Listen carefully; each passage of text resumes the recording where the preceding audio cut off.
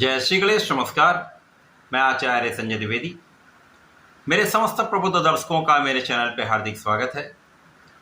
प्रिय दर्शकों, आज मैं शुक्राचार्य के राशि परिवर्तन प्रभाव को लेकर आपके सम्मुख उपस्थित हूँ। दैत्य गुरु 21 अगस्त को अपनी राशि का परिवर्तन करने जा रहे हैं तथा चंद्रमा की कर्क राशि में इनका प्रवेश होने वाला है। चंद्रमा और शुक्र का मित्रवत भाव है, जिसके कारण ये एक अनुकूल परिवर्तन माना जा रहा है। इसी प्रकार से इस समय की जो संपूर्ण स्थितियां हैं उसमें सबसे महत्वपूर्ण स्थिति ये भी है कि जब शुक्राचार्य राशि परिवर्तन करके कर्क राशि में जाएंगे तो वहां पर चंद्रमा का गोचर चल रहा होगा, जिसके कारण चंद्रमा और शुक्र का प्रारंभिक समय के लिए एक महायोग बनेगा जो गज केसरी के समान लाभ देता है। इसी प्रकार से कर्क राशि में पहले से ही बुध का गोचर चल रहा है, जिसके कारण बुध और शुक्र अति मित्र के भाव में होते हुए यहाँ पर महायुति प्रभाव प्रदान करेंगे, जो महालक्ष्मी योग का निर्माण करने वाला है, जो समस्त राशि के जातकों को प्रभावित भी करेगा, कुछ विशिष्ट लाभ भी देने वाला है। आज मैं सिंह राशि के लिए शुक्राचार्य के राशि परिवर्तन का बनने वाले महाराज योगों का किस प्रकार का प्रभाव प्राप्त होगा, इस समय में आपको किन भावों से लाभ मिलने वाला है, किन भावों की प्रबलता प्राप्त होगी, कितना लाभ प्राप्त कर पाएंगे, अथवा कहीं पर कोई समस्या या अवरोध है तो उसका क्या निराकरण है, संपूर्ण विश्लेषण मैं पूर्ण तर्क के साथ करने जा रहा हूं। प्रिय दर्शकों, इस राशिफल को आप अपने लग्न तथा राशि दोनों के अनुसार देख सकते हैं। क्योंकि सिंह राशि सूर्यदेव की राशि है, सूर्य और शुक्र का मित्रवत भाव नहीं होता है, परंतु प्रारंभिक समय से लेकर यहाँ तक जो स्थितियां बन रही हैं वहाँ पर तात्कालिक मैत्री का भाव उत्पन्न हो रहा है, जिसके कारण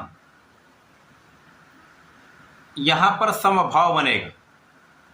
तो जब समभाव बन जाता तो वो एक अच्छा प्रभाव देने वाला योग बनाता है। सिंह राशि के लिए ये जो शुक्राचार्य का परिवर्तन है वो आपके 12वें भाव में आरंभ होगा। अब 12वां भाव जो कि त्रिक भाव है, निर्बलता का भाव है, क्षय का भाव है तथा ये व्यय का भाव है। इस भाव में समस्त प्रभाव, इस भाव में समस्त ग्रहों का प्रभाव निर्बल तो होता ही है, इनके कार्यकत्व में भी निर्बलता आ जाती है। अब शुक्र भी ऐसे ग्रह जो प्रतिमाह अपना परिवर्तन करते हैं, इनका बुध के साथ गोचर बनेगा जो अत्यंत संवेदनशील ग्रह हैं, तो निश्चित रूप से यहाँ पर कुछ निर्बलता अवश्य प्राप्त होने वाली है, कुछ नकारात्मकता अवश्य प्राप्त होने वाली है। शुक्राचार्य कर्म और पराक्रम के स्वामी होकर 12वें भाव में होंगे, तो यहाँ पर इन कारक भाव में व्यय हो जाएगा। और वैसे भी शुक्राचार्य जो नैसर्गिक रूप से अत्यंत शुभ ग्रह हैं, सर्वाधिक शुभता प्रदान करते हैं, इस भौतिक जगत के समस्त सुखों को प्रदान करते हैं, धन ऐश्वर्य वैभव भूमि भवन वाहन का लाभ देते हैं, कला क्षेत्र में बड़ा नाम करवाते हैं, बड़ी इंडस्ट्री का लाभ देते हैं। इसी प्रकार से प्रेम आकर्षण के कारक शुक्राचार्य हैं, भोग विलास के कारक शुक्राचार्य हैं तथा पुरुषों के लिए स्त्री सुख तथा संतान सुख प्रदान करने वाले, अत्यंत शुभ प्रभाव देने वाले, सर्वाधिक सुखों को प्रदान करने वाले शुक्राचार्य 12वें भाव में होंगे तो इनके कारक भाव में निर्बलता आएगी। तो इस समय में जो इनका कार्यकत्व वो कुछ निर्बल अवश्य होगा, परंतु यहाँ पर आपके ऐश्वर्य वैभव में वृद्धि अवश्य होगी, धन का लाभ अवश्य प्राप्त होगा, देश विदेश से धन के आगमन के मार्ग बनेंगे। इसी प्रकार से इस समय में आपका भोग विलास बढ़ेगा। इस समय में आपके प्रेम आकर्षण में वृद्धि होगी तथा दूसरों के प्रति आपके आकर्षण में वृद्धि होगी। जीवन साथी के साथ सामंजस्य बढ़ेगा, जीवन साथी के साथ प्रेम बढ़ेगा, परंतु यहाँ पर किसी स्त्री के कारण विवाद की भी संभावना होती है, यहाँ पर किसी मित्र के कारण विवाद की संभावना होती है। इसी प्रकार से यहाँ पर भोग विलास की अधिकता रोग का कारण बन सकती है। तो यहाँ आपको बहुत ध्यान देने की आवश्यकता होगी। अब बुध यहाँ पर आपके धन और लाभ के स्वामी है जो निर्बल अवस्था में होंगे, तो धन और लाभ के स्वामी जब निर्बल हो जाते हैं तो कहीं ना कहीं आपके कार्य क्षेत्र में कुछ न कुछ अवरोध आते हैं, कहीं ना कहीं कुछ समस्याएं आती हैं, आप उतना सकारात्मकता से काम नहीं कर पाते, जिसके कारण उतना लाभ प्राप्त नहीं कर पाते।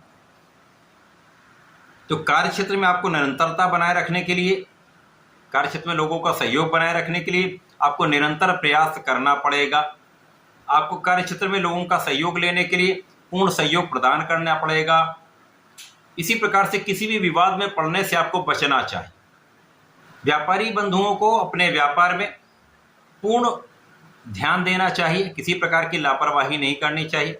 जल्दी धन प्राप्त करने के कारणों से आपको बचना चाहिए, प्रयासों से आपको बचना चाहिए। इस समय में आपकी यात्राएं हो सकती हैं, यात्राएं लाभ देने वाली होंगी, कुछ विदेशी यात्राएं भी आपकी हो सकती हैं। इसी प्रकार से जो जातक विदेश में रह रहे हैं, विदेश में रहकर कार्य कर रहे हैं, उनके लिए ये जो 12वें भाव का लक्ष्मी योग है ये लाभ देने वाला होगा। निश्चित रूप से आपके धन में वृद्धि करने वाला होगा, आपके प्रभाव में वृद्धि करने वाला होगा। परंतु यहाँ पर भी आपको अपने स्वास्थ्य का ध्यान रखना होगा, अपने मन पर नियंत्रण रखना होगा, अपने चरित्र पर नियंत्रण रखना होगा तथा भोग विलास का त्याग करना होगा। इस समय में जब कुछ स्वास्थ्य समस्याएं होती हैं, जब आपका मन स्थिर नहीं होता है अथवा आप अपना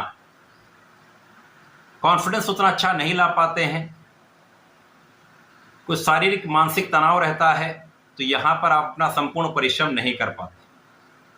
और जब आप अपना संपूर्ण प्रयास नहीं करते हैं तो सफलता भी उसी के अनुसार ही प्राप्त होती है। अब इस समय में चूंकि आपके कर्म और पराक्रम के स्वामी भी 12वें भाव में जो शुक्राचार्य हैं, तो निश्चित रूप से इस समय में उतना लाभ आपको प्राप्त नहीं होगा। तो अपने कार्य क्षेत्र में अच्छा लाभ लेने के लिए या अपनी निरंतरता बनाए रखने के लिए आपको अपने शारीरिक समस्याओं से बचना होगा, अपने परिश्रम को बढ़ाना होगा, अपने प्रयासों को पहले से कई गुना बढ़ाना पड़ेगा। यदि कहीं पर कुछ असफलता भी मिलती है या कुछ अड़चने भी आती हैं, कुछ अवरोध आते हैं, तो उनसे आगे बढ़ने का आपको प्रयास करना चाहिए, उसके निवारण का प्रयत्न करना चाहिए। तो ये समय आपके लिए एक अच्छा प्रभाव देने वाला बन सकता है। कार्य क्षेत्र में किसी प्रकार की लापरवाही समस्या का कारण बन सकती है। इस पूरे समय में आपको भगवान भोलेनाथ की आराधना करनी चाहिए। प्रत्येक रविवार को भगवान भोलेनाथ पर जल अर्चन करें, गंगा जल से अभिषेक करें तथा इस समय में यदि आप पंचामृत से अभिषेक करते तो आपकी स्वास्थ्य समस्याएं भी दूर होंगी, धन का भी लाभ मिलेगा तथा तनाव भी आपका कम होगा। तो ऐसा करके समय का उपयोग करके लाभ ले सकते हैं। धन्यवाद, नमस्कार।